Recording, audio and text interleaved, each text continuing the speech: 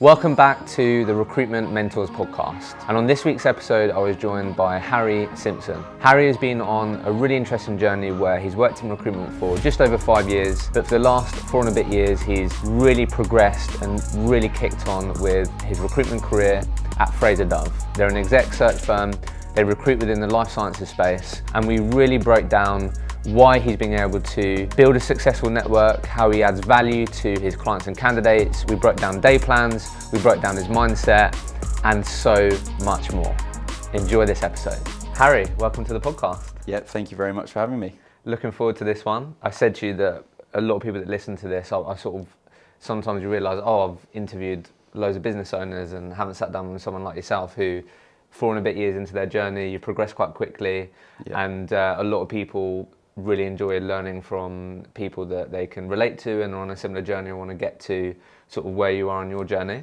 So I'm really excited to sort of unpack the last 4 and a bit years it's been a journey. of your career journey. So where we always like to start, and I'd be interested to just get your take on this, is just the question a lot of business owners think about, managers, leaders think about. So I'd love to hear your opinion on like what you believe are the characteristics and traits that make up like a highly successful, high-performing, modern-day recruiter. Yeah, no, thank you for having me. Really excited to be on the podcast. So for me, there's maybe 3 or 4 things that I think fall within that category of making a top-performing recruiter. One for sure is resilience. So I'm sure you've heard that answer before, but you know, naturally the industry has a lot of ups and downs, and you're going to face adversity over time. So it's something that is going to come your way. I've had, even today alone, I've had a great day. I've had some highs today, and I've also had something that's a bit of a setback. So you're always going to experience it within the role. But it's how you're actually able to take those setbacks, but keep pushing forward through them, is definitely one that I would say I not only try to remind myself constantly, but also when I'm actually interviewing candidates or people that are not only for the jobs that I'm working on, but potentially people coming in to join the business. That's something that I'm always looking for sure. Another one is a solutions mindset. So it's definitely something we talk about a lot within our company. Again, it kind of relates to that you're going to face adversity piece, but coming up with solutions to overcome the challenges that you're facing, not maybe just immediately turning to the person next to you to just sort of ask for help and sort of deflect that problem that you're facing onto someone else and just say, you know, can you fix this for me? Trying to, if someone in my team is facing a challenge and they come to me and say, I've had this problem, but I think this is the way that I'm going to handle it. What do you think? That usually for me, I'm like, okay, cool. I think I'll talk to them about it, but if they're coming to me with the solution, then I think that's the kind of behaviour that I sort of look to encourage for sure. Love that. So where I always like to start then is like, who was Harry before recruitment? How do you describe Harry before recruitment? So it has been quite a journey for me. How many times have people said that? But I've started out, my sort of career journey started out at the time when I had friends just about going to university. So for me, this was probably about 6 years ago or so now. And I remember at the time, I knew that I didn't want to pursue this university route. I kind of had a bit of a view that it was potentially high cost. I think the prices of university were changing at the time. I'm not someone that slates uni just because I didn't go. I think it can be a great, you know, course of development for people that want to take their career in a direction or actually just go and connect and meet people. 100%. But I decided not to go down that route, and I wanted to go and pursue work, and you know, that's testament, I think, to also the input from my parents. They gave me that sort of confidence. Like, my dad's quite an entrepreneurial type, so had that ability to just go for it. But I think I was lacking motivation around things like education. I didn't perform the best. I'll put my hands up and say that. But I always worked hard outside of, you know, school and college. So I knew that it wasn't an effort thing. It was just about finding the right motivation for me. Sure. So I've changed a lot in that sense. I've found, a passion for what I want to do. I've understood that I'm maybe financially motivated as well, which is a part of it. But also, I think really I found a purpose. So that's been one of the key changes for me. And a lot of young people struggle to find that. Yeah. So how did you stumble across it? Did it been quite organic? Or was it quite intentional? Yeah, I mean, I'm sure you see this, and a lot of people say this, right? Yeah, I do feel very grateful, because I think you're absolutely right. I think there's a bit of a, I wouldn't say crisis, but there's definitely a difficulty now with people in the earlier stages of their career. It's competitive out there, and it's difficult to understand what is it that people want to do. I got quite fortunate in both cases. I do believe that you make your own luck sometimes. Absolutely. So we'll see how that's perceived. But yeah, the first situation is, as I said, the day that my friends went to uni, I was like, okay, this is the future now. I've got to go and make this happen. So I remember I just started calling out to recruitment companies, funnily enough. Really? Yeah, I just got straight on the phone which must have been a calling. Yeah, but why?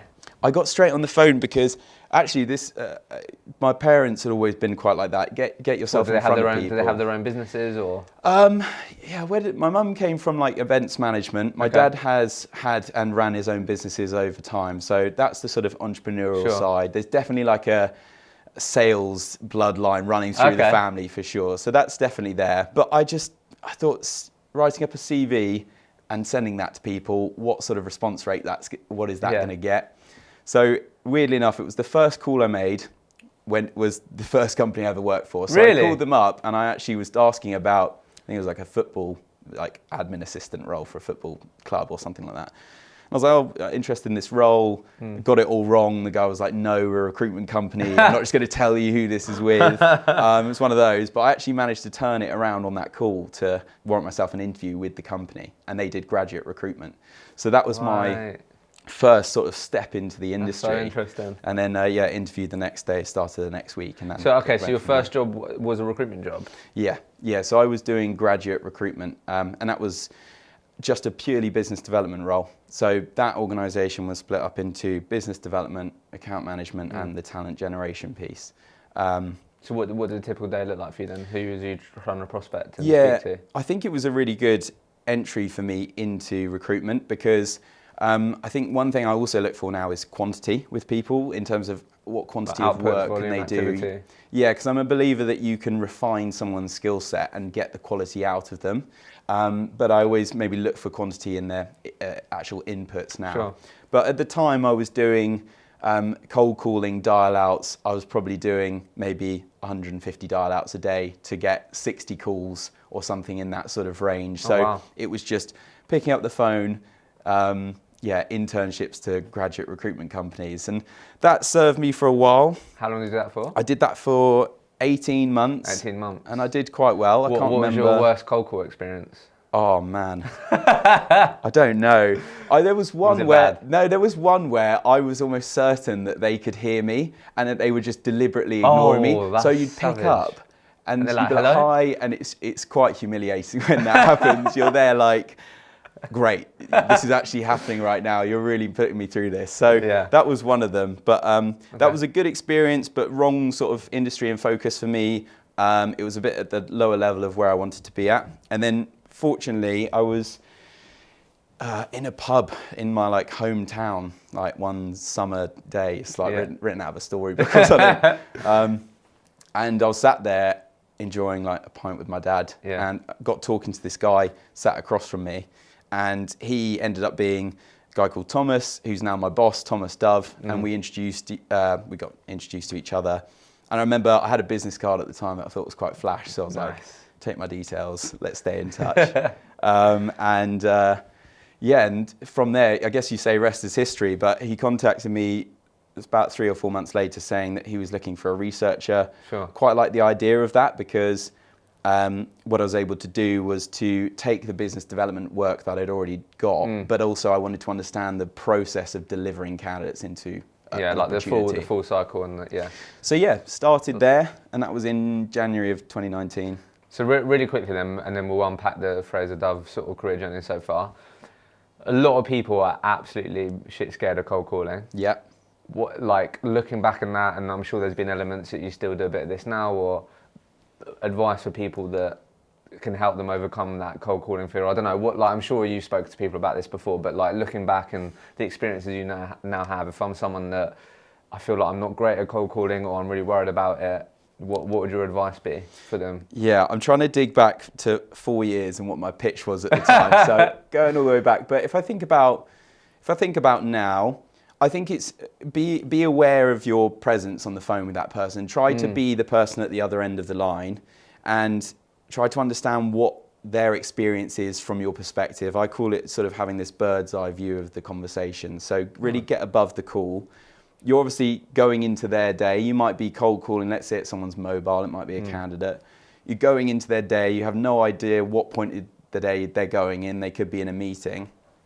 And I think what you want to do is calmly but confidently present yourself within probably a 10-second time frame and say, this is why I'm contacting you.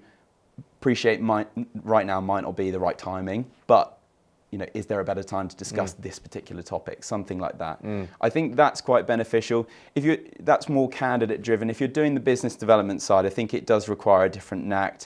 You've always got to get your personality across, and you've got to win that sort of like emotional battle with them a little bit. If you're authenticity and bringing yourself to the call. I think so. And then there's lots of different versions, of course. There's people that would be calling switchboards and stuff like that. And lots of people have lots of different styles. I'd always just recommend, listen to the top performer within your company, understand what they do, and try and replicate some of the things that get them success.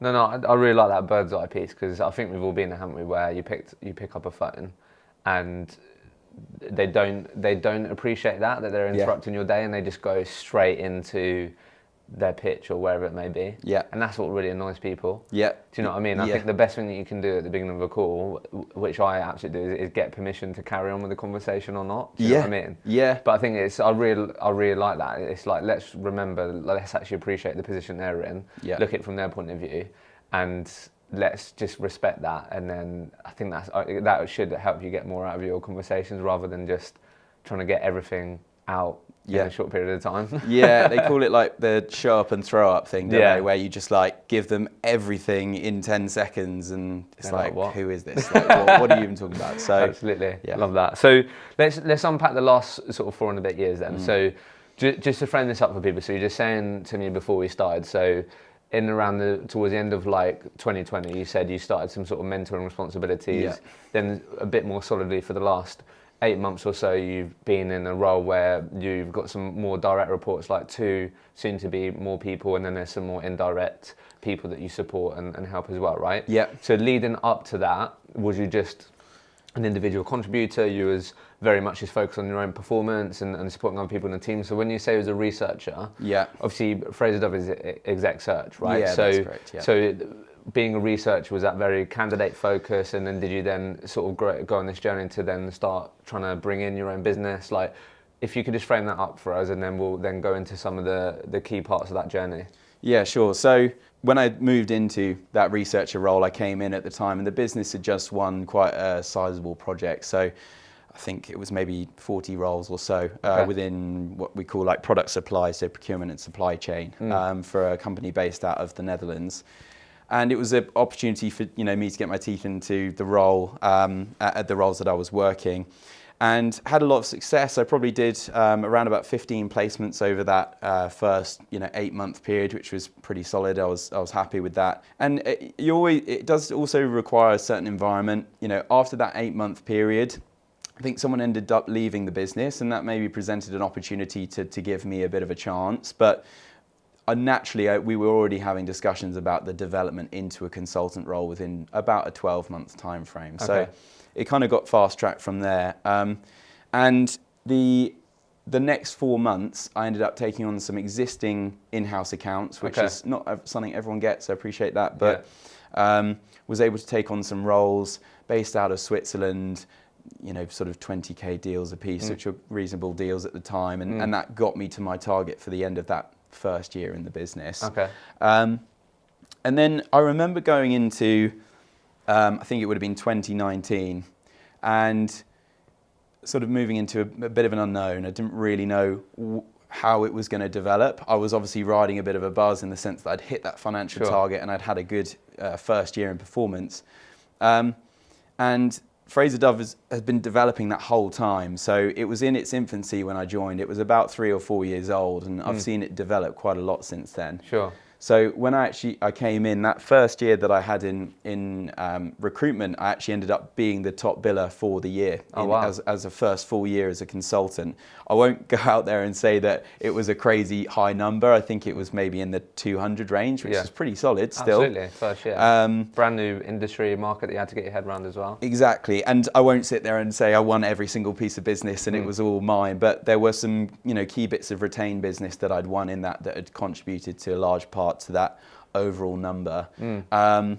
And the way that I was able to develop was by ensuring that I was surrounding myself with people that were achieving high performance and really just latching on to some of the traits that they would have, or the way that they communicated, or if I liked a certain sentence or a way to pitch some kind of solution, then I'd bring that into my own style. I actually found myself like weirdly copying people a little bit too much. I was like suddenly thinking like, I'm starting to sound like this guy 2 seats down from me. But where did that come? Where did that come from for you to make that decision of like, you know what, I'm going to try and like, even though you could have had a bit of an ego at that point, right? And go, well, people should be listening to me and taking things from what I'm saying, because I'm the top performer in the company. So like, why did you make that decision that, right, okay, I'm going to try and pick up as much as I can from the people around me and try and make that my own? Like, why did you decide to have that approach? I'd say so the leaders of the business are people that I very much are mentors and I aspire to be. They have very different traits and characteristics, but I take a lot from both of them in terms of their styles. And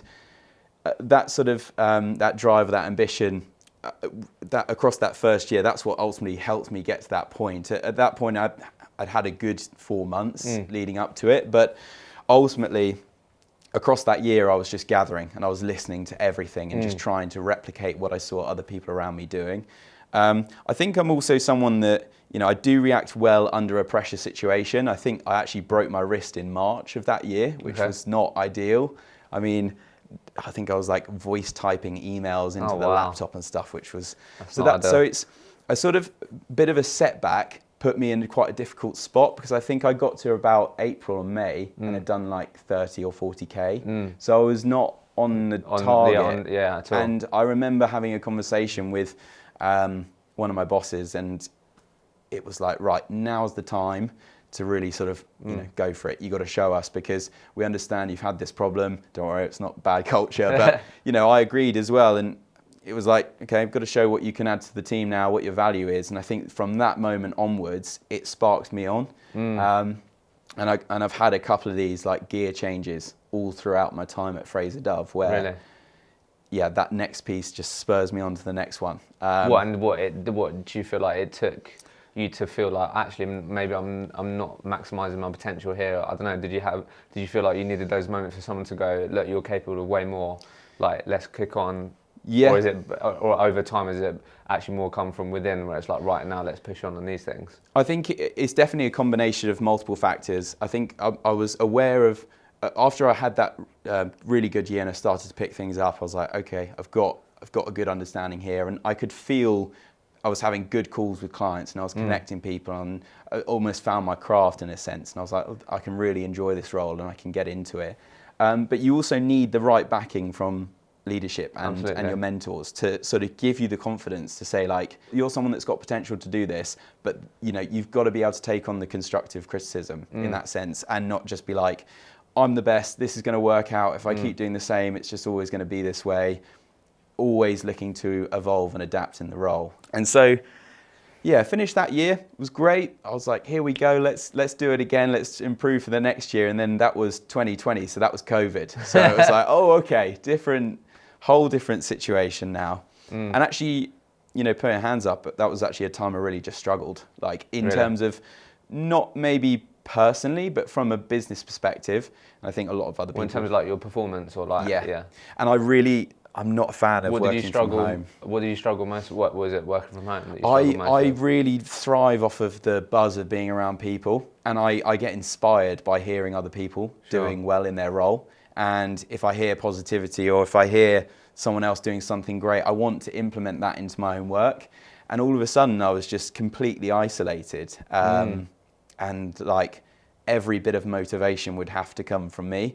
And it sort of got me back to a time when I'd maybe have to be revising for... That is not fun. No, and obviously I didn't do particularly well within that education. I did okay, but maybe didn't push myself as hard. And it's something that I've got a lot better at now. I'm able to operate quite well within that space because I know that I set myself certain goals and targets that I've got to hit. But so it was a difficult year. Yeah, it was a difficult year. I mean, I say it was a difficult year for everyone, of course.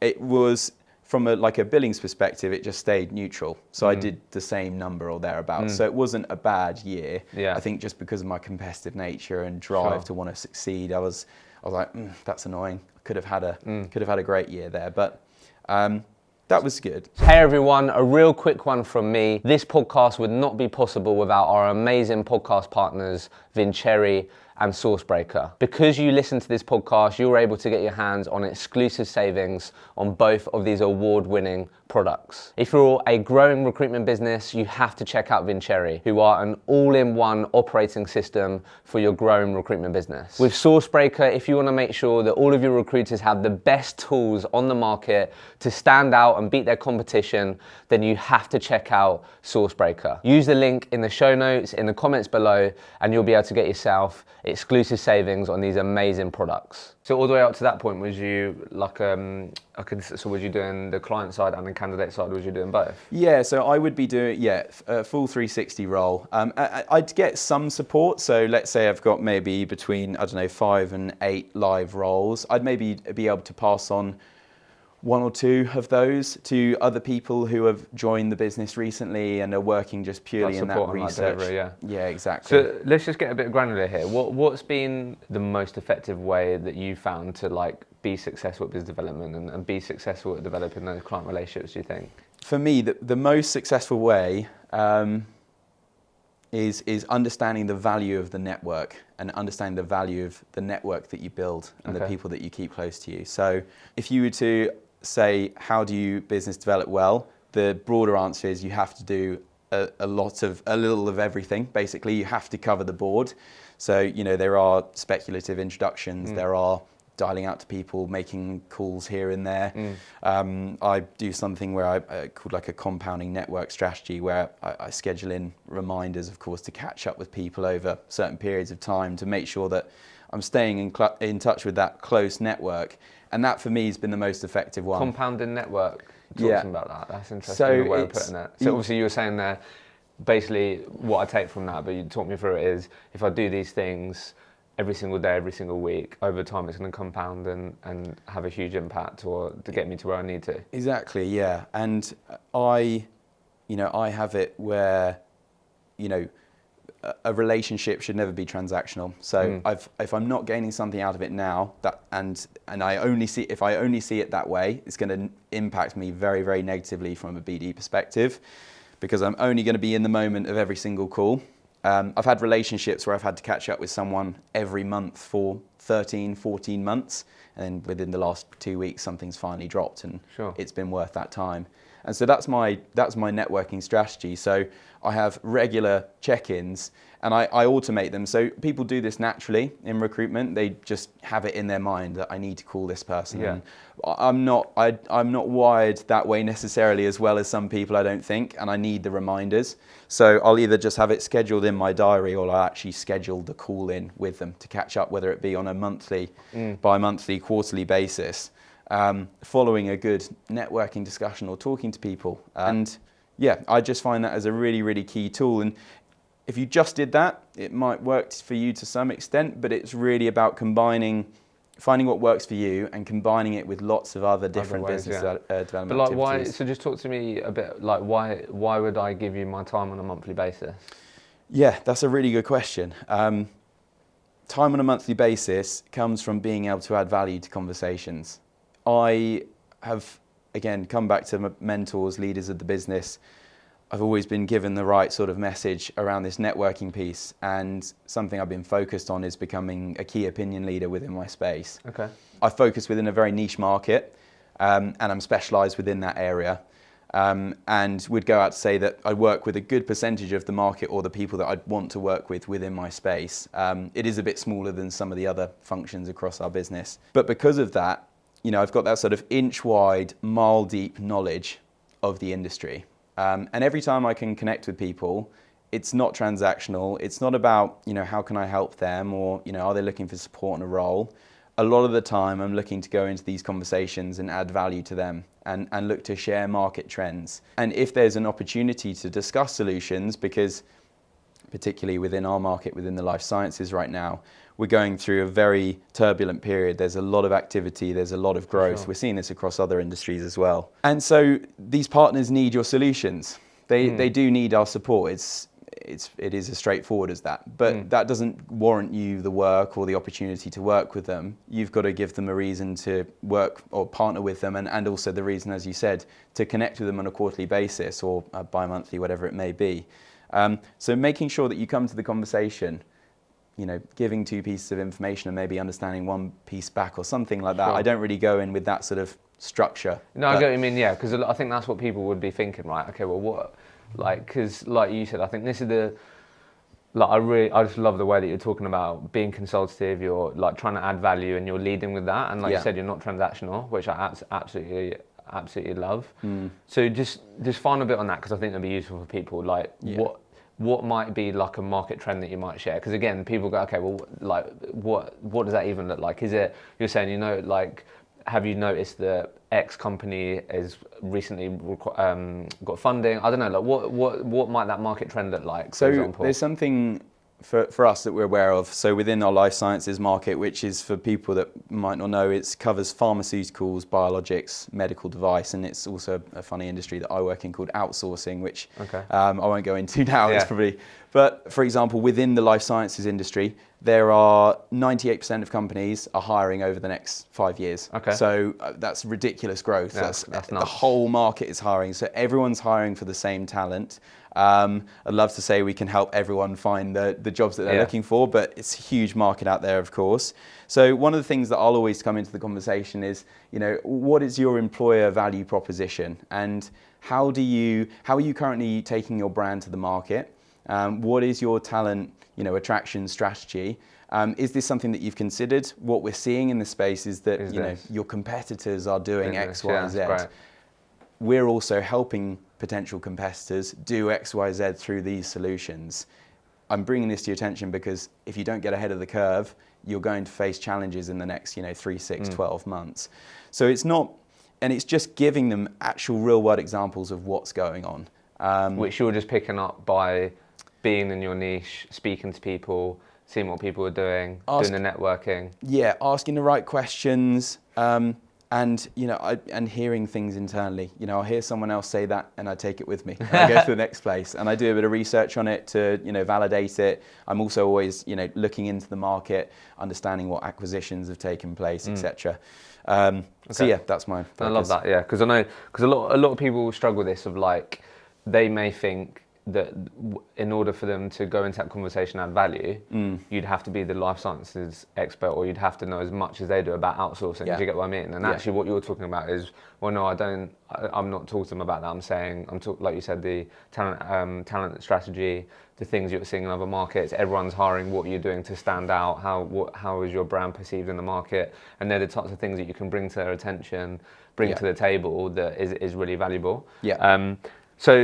Okay, so one thing that I had to ask you, I saw it on your LinkedIn, and this may be more recent, but it says that you actively speak to the C-suite and really senior people, right? Yeah. Yeah. How have you dealt with not feeling like an imposter in those conversations? Yeah. Because I'm sure I've interviewed a lot of young people, and this seems to be a really big roadblock for them. I don't know if you've seen this, where they would have been studying a couple of weeks ago, and then after 2-3 weeks later, they're speaking to a CEO or whatever, and they're like, oh my God, who am I? I've got no credibility at all to speak to this person. Have you had to deal with that? Yeah, do you know the timing? I've literally had a call this morning with a C-suite member, a CEO actually of an organisation. We've worked with this business for a long time, but it was a new discussion with someone at that level, and it comes down to understanding there's peer-to-peer communication. Preparation is key. If you go into those calls and you expect everything to go very smoothly, and without the right preparation or having the right knowledge about the market or without your space, you will find some challenges. So what I'd imagine maybe some people might say is, you can't just go in on your first week and just think that it's going to be perfect at the C-suite level. Making sure that you're going on with those calls with people, I would say, and sort of pairing up on discussions with C-suite. Not always going to get the chance, but let's say it's a commercial call where you're working to potentially partner with a client or something along those lines. I think being a part of the conversation with someone else and being that sponge for the first couple of weeks or months, however long as it takes, that's definitely a good idea, because you can really start to, understand the kind of language, the communication, the structure of the conversation. And then it does come with time. Naturally, you might get a little bit nervous going into these calls. I think that's always natural, but you have to understand people are human. And I think also, if you've got the confidence that you're going into this conversation knowing that, one, they're either a candidate and that they are looking for an opportunity, or that they are a potential partner or an existing partner with a real problem, then they need to speak to you. Yeah. And whether you're winning business or trying to be the selected partner, you've still got a solution, something to present to them. And I think just being on the same level and treating them with respect. Treatment, okay. Yeah, 100%. Interesting. So, again, getting a bit granular here, but like how you said earlier around how you had some highs today, some like lows and challenges, I'd love to hear your take at the moment on like how you're navigating the sort of candidate landscape and market. So speaking to countless people, recruiters at the moment, where like crazy counteroffer stories, they're finding it really hard to get people over the line.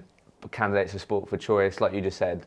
98% of your market, whatever, is going to be hiring over the next 3 to 5 years. So these people that you're speaking to, building relationships with, must be sport for choice and must have a lot of people trying to grab their attention, make them curious enough to speak to them. How are you finding this at the moment, and what things do you keep top of mind to make sure that you have more actual placements actually happen, rather than falling out and having those rough days in recruitment that everyone has? Yeah, it's a really good point. So you have to get as close as you possibly can to the candidate. So you've got to understand everything about their world, about what's important to them. We've had some really interesting examples. One of the downs from today is maybe going through that experience, but you can sort of foresee these things happening in the market now. Counter offers are kind of an expected thing. It's going to be happening. I've had a really good case study of it today within my team where, by really tying into, understanding what it is this individual wants from their next career step, understanding their motivations from very, very early on in the process, having complete transparency with communication around other offers that might be on the table, acknowledging the fact, particularly within this case, it was, the offer that we had was lower than some of the other offers. So financially a lesser offer, but we've managed to close the candidate. And that comes down to understanding that individual, investing your time in. It does require putting in some extra time or some extra hours, maybe taking an out of hours call if they're in the US or something like that. But ultimately, these are all the 1% improvements you can make to give yourself that much closer personal tie to the individual. And I think right now in this market, and I know obviously just life sciences, but I know it'll be the same across others as well. If everyone's just looking to offer more money, then nobody's offering anything different. Sure. So, emphasizing the benefits, the reasons why they wanted to relocate or move in the first place, and trying to look beyond just the financial aspect as to decision making for that candidate, that's going to give you the edge, I think, in this market at the moment. I love that, and again, it comes back to that point of not being transactional, right? Yeah. I guess you've got to be honest in the fact that if you catch on very early that person you're speaking to is very much just driven about finances, then be transparent about that and ask those questions that maybe you don't want to hear the answer to. Yeah, you got to ask the hard questions. How do you feel accepting an offer that's going to be financially lower than what you're receiving elsewhere, and get a real feel for it. I think in this case it was a good outcome. Some people are just going to chase the money, but it will give you a better chance.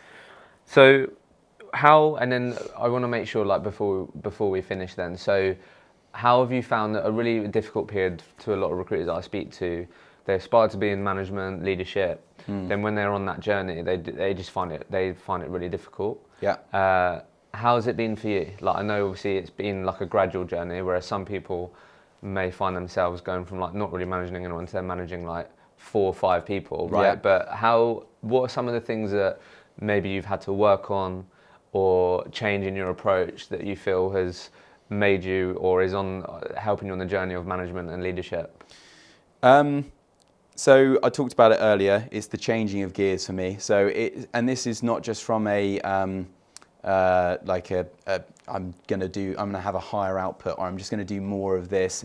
I think you actually have to change your own personality quite a lot. You've got to change the way that you behave and interact with your team. I think if you try and continue maybe some of previous relationships that you've had with certain colleagues or whatever, and just hope that will transition nicely into this next role, that might not work out best for you. That's something you have to have a bit of a step up in maturity.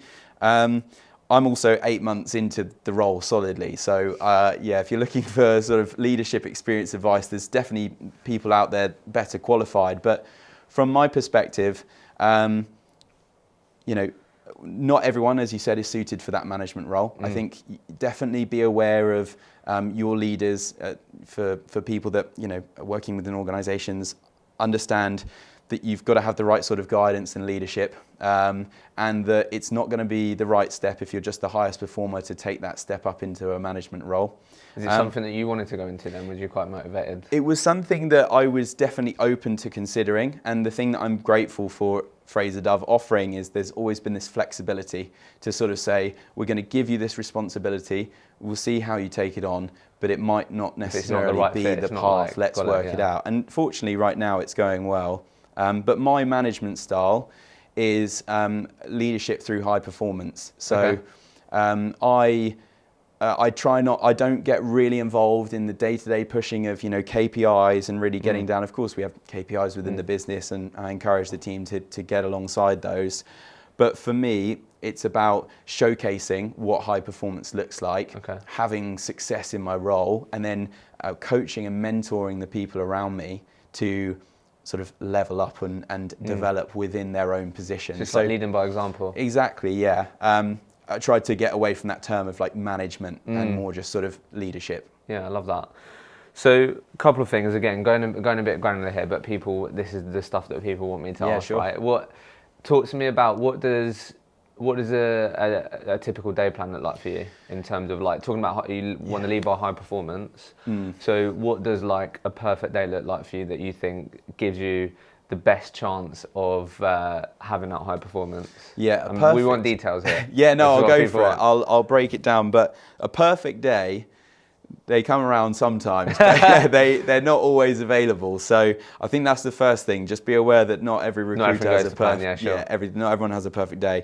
But my perfect day would be coming in, and on a Monday I'll always have an agenda for the week, and I'll always be really, really thorough with my planning. So I've got to know exactly what I've got to do, and ideally the time frames, the dates in which I've got to deliver it by. So let's say I'm middle of the week. I'm looking at my agenda. I'm looking at the things that I've got checked off, some of the things that have also come into my world over the last couple of days, and I'm really prioritising what I need to tackle first, not losing sight of business development for administrative activities, and really setting out a plan. I'd probably do maybe 20 minutes of planning every day, just to make sure that at the end of the day, the beginning of the day? Yeah, I probably should be a bit better at it. I should probably make some notes from the night before. I think I'm always jotting some bits down, but I usually come in like 15 minutes before my official day kicks off, get 20 minutes of planning down.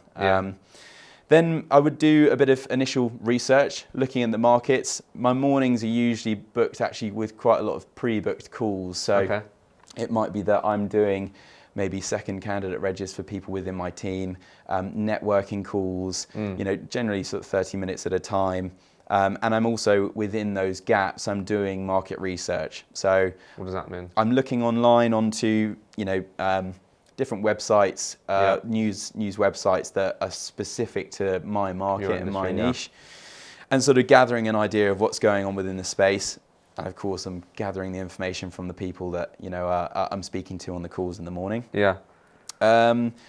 We go through, again, maybe do a few administrative tasks, might be sending out some CVs, might be calling out to a few people that we have on the system, checking in with some people in my close network. Takes me up to lunch. What to have for lunch? I had sushi today, that was good. Nice. And then, come back around about 1 o'clock. And usually the afternoons are quite busy for me because I work globally, but I have a heavier percentage within the US or North American market. So you work a bit later? I do. Not all the way back. It sort of flexes from day to day, so it's not always the same. But I typically in that time and then connecting with the US market at 8 o'clock their time on the East Coast, starting to do a few pitch calls. These are going to be between 45 minutes to an hour.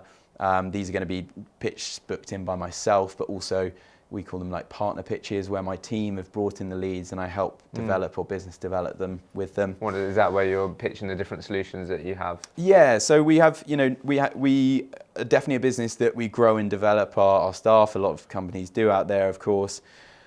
But, not everyone's ready to jump on a pitch and deliver executive search solutions from the moment that they move into a search consultant role. So partner pitching with someone like myself that has a lot of experience and understands the range of solutions that we can offer.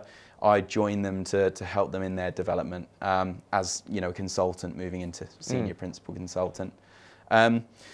Finishing up the day, a few business development activities. I like to do some maybe speculative introductions to my close network, sharing great talent that I've been speaking to over the course of the week.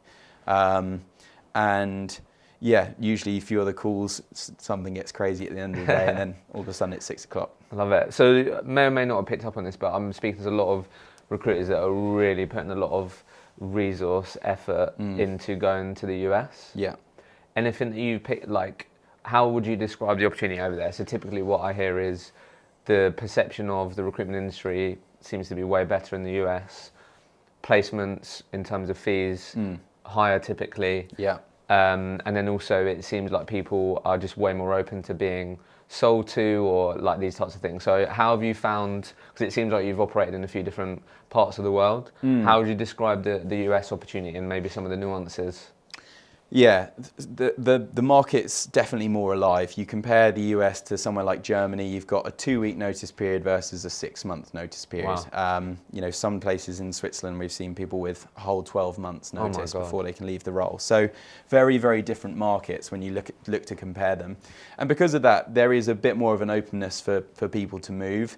You have completely different cultures. So entirely, and even across the US, you get different cultures, of course, across different states. Yeah. The US market, it is just a little bit more active. For us, I get obviously just the view of the life sciences. So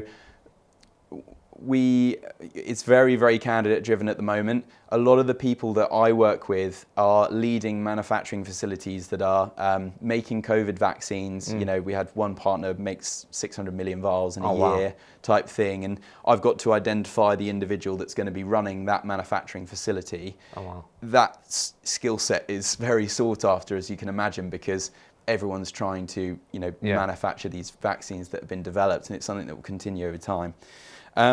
So when you're working in that kind of competitive market, it's something that's not only the top of your industry, but actually on the news every day, and it's the top of the market. It does add a different level of how competitive it is, for sure. So in order to get ahead, you do have to be very, very creative. That's when your network has to play into your hands. You have to be able to utilize the people close to you, ask for referrals, because a lot of people are going to be looking for the same talent. And if you're trying to apply the same solutions or trying to apply the same reach outs, you're going to find it hard. Love that. So as you come to the end here, then obviously I think I told you, didn't I, that I was going to message some of your colleagues. But no, I reached out to Thomas, obviously the one of the founders, and spoke really, really highly of you. And one of the things that he said that he absolutely loved about you, so I just wanted to sort of end it towards here really, was he just said one of the things I absolutely love about Harry is his growth mindset. Is that something that you feel like you've developed, got better at having, have always had? Because I think if more and more people listen to this, or more and more people in the industry had more of a growth mindset, there's just way more chance that they're going to be able to achieve their goals and maximise their potential. So I was just interested to get your thoughts on your journey with that, if that's something that one of your mentors has really highlighted. Yeah, thank you, Thomas, for that. I really appreciate that. I think there's naturally, in people that are in high performance roles, you'll find a natural ability to be able to start to develop, and it might just be at the very early stages, but have that growth mindset. But in order to fully develop as a consultant in the world of recruitment, you've got to be able to give 100%. You've got to absolutely apply yourself to every situation. You've got to be able to see the positivity in things. You've got to have that resilience, as I mentioned.